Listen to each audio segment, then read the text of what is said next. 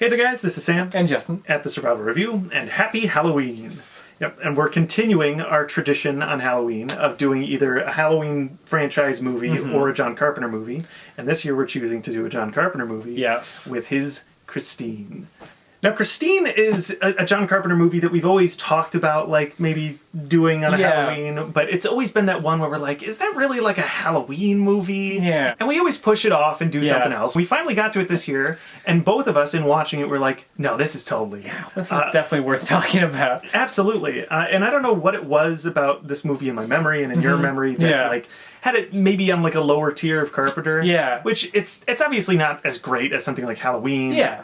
But it's definitely not the thing. It has that same John Carpenter vibe. Yes. And a lot of stuff to appreciate. This is peak Carpenter. This is 80s Carpenter where he's in his elements. He's firing on all cylinders and everything is just coming together perfectly. Yeah. It's just like a really visually well presented movie. Yeah. Like you mentioned when we were talking about the movie, his style isn't like artful or seemingly not that distinct. It's actually kind of mundane in a way, very kind of simple. But there's something about the way he shoots his scenes that adds atmosphere. It adds atmosphere and tension in a way that's like almost indescribable. Yeah. And I think the soundtracks are a big part of it. That's the big element, yes. But like visually too, I mean, there's a lot about this that harkens back to some of the visuals in Halloween that like work so well about being stalked by a character, or in this case, the character's a car. Yeah. This is one that definitely grew on me a lot more in coming back to it. Yeah, exactly. So this movie follows two high school students in their senior year. We have Arnie, who is the nerdy character, and his friend Dennis, who is like the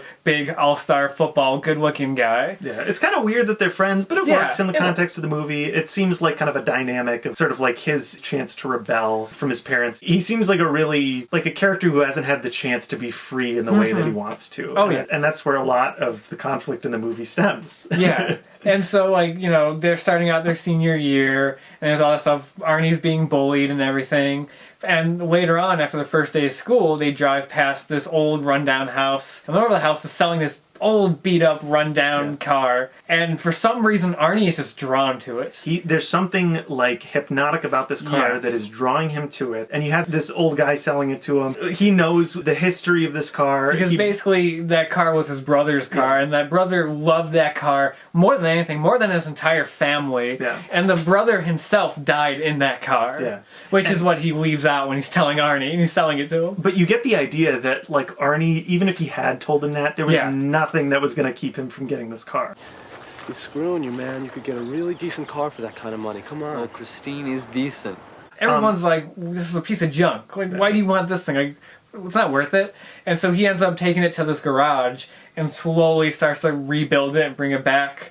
And basically the movie kind of just follows his obsession with his car. Yeah. The car is like manipulating him. It's really like a situation where he's being pulled in by this car, so the car can be fixed up because the car is clearly like Christine. Yeah. We haven't even called her Christine in this context. But of course. But the car is Christine. The old man tells him that was the car's name. It's this relationship where he's repairing the car and she is like just making him feel something that, like, he can't escape it. Yeah. And he's in love, basically. Essentially, it's basically he's just fallen in love. And then it also changes Arnie's personality. He becomes a lot more outgoing. He basically, like, tells off his parents, because his parents are kind of your typical, like, Stephen King, like, crappy parents at the beginning, although they kind of become more justified as the movie goes on. You actually understand what they're doing, but in the beginning they're really overbearing. They're really just not giving him any freedom at all. No. And it's totally believable that he would become like this rebellious, like especially in his late teen years. Yeah. He would want to rebel and do something like buy an old junk car and fix it up. But then he starts like even being confrontational with them and everything, and then he ends up kind of being more distant to Dennis. You need a ride? Got his car, thanks though. Look, I'm sorry about the movie, but this is work. Gotta go. So he takes this complete 180-degree turn into an almost totally different character. Yeah. And what really works about this movie is that it is like a silly concept. It's a killer car, but this is based off a Stephen King novel. And Stephen King excels at his storytelling when he's taking these kind of ridiculous concepts and making them kind of relatable and making it about the characters involved in the situation. Yeah. So it's a combination of that and John Carpenter filmmaking, and that's what makes this movie really work. It really comes together beautifully. Because it really is kind of like a more dramatic like story about this character's kind of descent into like becoming this totally different person and everything, and him alienating everybody else. More so than just, it's a car killing people. Yeah. In fact, the car doesn't actually really come alive and start killing people until like an hour into the movie. There's a lot of good setup to it. Oh, absolutely. There's a lot of subtle stuff, like the radio turning on and everything that works very well. I think the opening of the movie, which is the car being constructed, you have this scene in Detroit in the 50s. You see all these Plymouth Furies on the construction line, but you have that one that looks different. You have the red Plymouth Fury, and you see it stands out from everything else. And, of course, a character dies in it immediately. And that's another great thing, is that there's no explanation to the car. There's no reason. There's nobody at the construction plant who put a curse on the car. Yeah, or nobody died in it and possessed it. Like, literally, when the car is built, it's evil. Yep. And I like that. You don't need a huge backstory to explain stuff. And that's not Stephen King's strong suit. Whenever he tries to explain something, it always falls flat. So when you don't have that, it works. It works great. It's scarier that way. Yeah, it is. The less you know, the better in this situation. And really, like Christine, in concept, it would work just as well if it were like a girl. Like if it were a girl manipulating him, it just so happens to be a car. Yeah, and there's the one scene, it's a great scene where the bullies find out where he's keeping the car, so they just run in and just tear the car apart. They completely destroy it. And then Arnie comes and finds it, and he's trying to fix it, and then he realizes like the engine part rebuilt itself. He's like, okay, and that's where he really starts to realize what this is, and he kind of just like, it's a great scene. He just stands back and just goes like, okay, show me. And it just rebuilds itself. Yeah. And that, in a way, is like almost like a striptease. Yeah, it's seriously like a really sexual scene. Yeah. Probably the most sexual car scene I've ever seen. Also, effects-wise, it's just really cool seeing the car just like rebuild itself. It's really like, I honestly don't even know how they did a lot of it. It looks like a really believable, like just all the metal bending and morphing. Yeah. If I have to say like kind of a little bit of flaws with the movie, I will say I do feel the stuff in the beginning kind of happens really quickly. The transition between Arnie being like the nerdy character to kind of rebelling does happen like a little fast. You don't really have enough time to really establish the character he's transforming from. I feel like that's something that would probably work better in the novel, because Stephen King writes huge novels, so there's probably a lot more in there. They probably just streamlined it.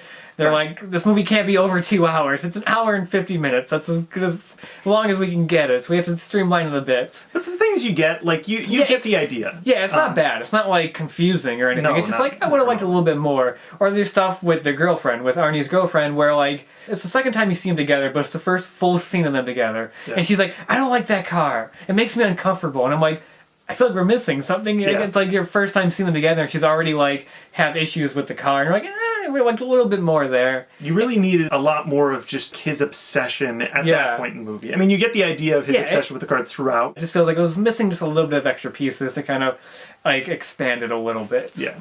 But where the movie works really well is when you have those sequences of Christine actually stalking and chasing people. Like I said, it really reminds me of the kind of John Carpenter filmmaking that works so well in Halloween. Yes. There's the scene of, I don't know the character's name, but one of the bullies is running away from Christine, and you see these two headlights come out of the blue, and just there's something about it, and combined with the great soundtrack at that point. Super, super effective, very tense, and is what John Carpenter does best. It's another great John Carpenter score. That great synthesizer score is just perfection. I love it. And I love that you don't get too much of that synth early on in the movie, anything like that. It's not until that scene where you have Christine stalking this character, it comes in, and as soon as that comes in, it's like, we're in full Carpenter mode. Yeah, and there's so many great moments with the car where it's completely unstoppable. Like, when you think you have it beat, you're like, no. Like, when the one guy hides in that little small area, and the car just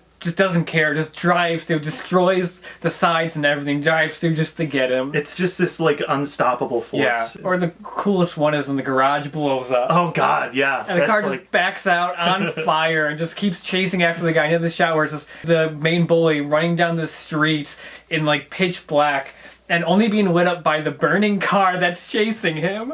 It's absolutely terrifying. Such a memorable image. Yeah, in a movie that really, like, you hear the concept and you think it should be silly. Yeah. But, like, it's played almost entirely straight. It is. And works perfectly. Yeah, it's very effective. What also really sells it is the characters. Oh, absolutely. Like, all the characters are likable and interesting. Like, you feel bad for, like, Dennis when Arnie starts, like, avoiding him. Or, like, the big thing that happens is when he's playing his football game. Yeah. And he sees for the first time, like, he sees the nice, completely cleaned up Christine. And out walks Arnie. And then the really hot girl that everyone was going after. And he's distracted and he gets knocked down and, like, breaks his leg. And then he's just in the hospital. He's kind of out for the middle half of the movie. He kind of disappears a little bit, which is another kind of little flaw. Cause that is a weird element. He's kind of built up as kind of like the hero character, and he kind of like disappears for most like the middle of the movie. But you feel for him. You want to see everything work out for them. You want to see him help Arnie. That's the big thing. Is like Arnie to me, like throughout a lot of the movie, he's not really that empathetic because he's a total asshole. No. But you get this idea that he's entirely being manipulated by Christine. Yeah. And you want our heroes to, like, save him. Yeah, you don't want to see him, like, as much of an asshole as he's being to everybody. Yeah. You don't want to see him, like, get taken out by Christine. No. You want to see him brought down to reason. Well, you want him to, like, get out of the grasp of Christine. And that's another thing that's interesting, is that kind of the main character of this movie is the villain, in a way. Yep. Because, like, Christine the car, but also Arnie kind of slowly turns and becomes this, like, complete asshole at the end. Like you said, unsympathetic. So, like, you're kind of watching, in a way, like a bad guy for a lot of the movie. It works in some elements. In some ways, you want to see more of that Dennis character involved. But when he eventually, toward the climax of the movie, him and Lee do get more involved, I think that works quite well. Oh, yeah. And like we mentioned, all the acting is great. Yeah. The actor who plays Arnie, back to school guy. Yeah. That's all I know him from other than this. And of course I know him from Jaws 2. Yeah. And they kind of overdo kind of the goofy nerdy stuff at the beginning to kind of like make it hit home that he's a nerd. But it works. They had less time to do it in the runtime, so they sort of overemphasized it. Yeah, he is really effective, and his kind of his turn, like when you see him as kind of the asshole, you are really taken aback by it. Like, oh wow, like I was rooting for this guy at the beginning, and now I'm like, I don't know about that. The only stuff that kind of doesn't work casting-wise is the bullies. Yes. Mainly the main bully. Who is not a teenager. He's not a high school student at all. He's been held back for 15 years. Yeah. And it's like so unbelievable in that scene where they're like bullying him in the school, and the teacher comes to talk to him. It just looks like two adults talking to each other. It's like, you guys are both adults. That's a goofier element of the movie, mostly because the characters look so old. The other cast, like Arnie and Dennis, they're that kind of like age where you can tell they're older than high schoolers. You still buy it. The bullies... No, especially that main one. That's just an element of 80s movies in general. Exactly. It's like, who cares, really? Yeah. He even, like, kind of looks like a greaser, too, for some reason. That's the whole thing with, like, the kind of knife he's using, like, switchblade. The switchblade is a leather jacket. Like, it kind of makes sense when Arnie starts to look a little more like a greaser as the movie goes on. Because he's a dork. Well, also, he's influenced by a car from the 50s. That's true, too. I was going to say more because he doesn't like have like a good grasp of what's actually cool. Probably that too. We didn't really even mention the older music playing through the car, but that's something else that like is surprisingly a creepy element to the movie. The use of like the old school rock and roll songs is so good. It's all very contextual. The songs always have something to do with like what Christine is feeling or trying to say. Yeah.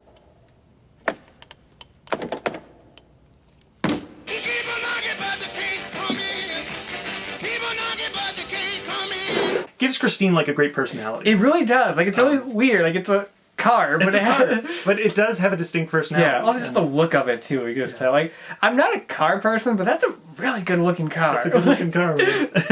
I'm also not a car person, but that's a great car. The Plymouth Fury. I don't remember what year, but it's perfect, and it's like a really distinct looking car. Yeah. So like I said, it's not like the top like tier Carpenter movies. No, not by any means. But I feel it's like right under there. Like if you're a fan of Carpenter, check it out. It's definitely worth it. It has that just classic 80s Carpenter feel to it, which is really interesting because it does feel like a modestly budgeted like studio film. It does. But it has that Carpenter feel, that low budget Carpenter feel to it. It definitely feels like Carpenter being given a lot more to work with. And he made great use of it. He never wasn't putting his all into it. No. Whether he was doing it on his own, away from the studios, whether he was working with the studios. Yeah, and this is definitely I guess, a unique movie where it takes a really silly concept but pulls it out very well, makes it like a legit, good, engaging movie that's not cheesy at all. It could easily have been cheesy. Easily. Been silly. There's nothing really campy about it. No, it's not. It takes the story seriously enough, but there's a killer car in it as well. Yeah.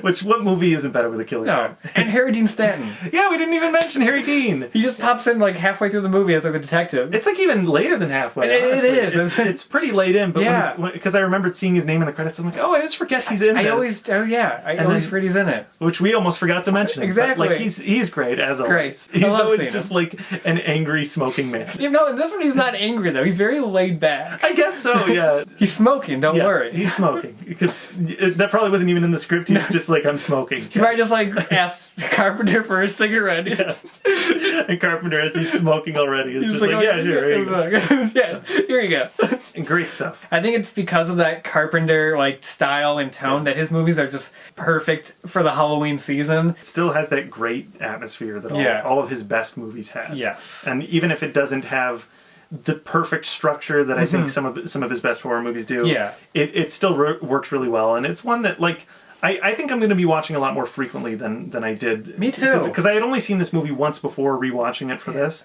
And honestly, it grew on me just a ton. It really did, yeah. There's something about it. After this rewatch, I'm like, I'm loving this. Like, we have been putting off doing this for a while, not because we don't like it, but like, I don't even know why. Because it's really a lot of fun. So that's all we have to say about Christine. Highly recommend it. And I'm going to go climb into my little crypt until next October. Yes. So until next time, happy Halloween.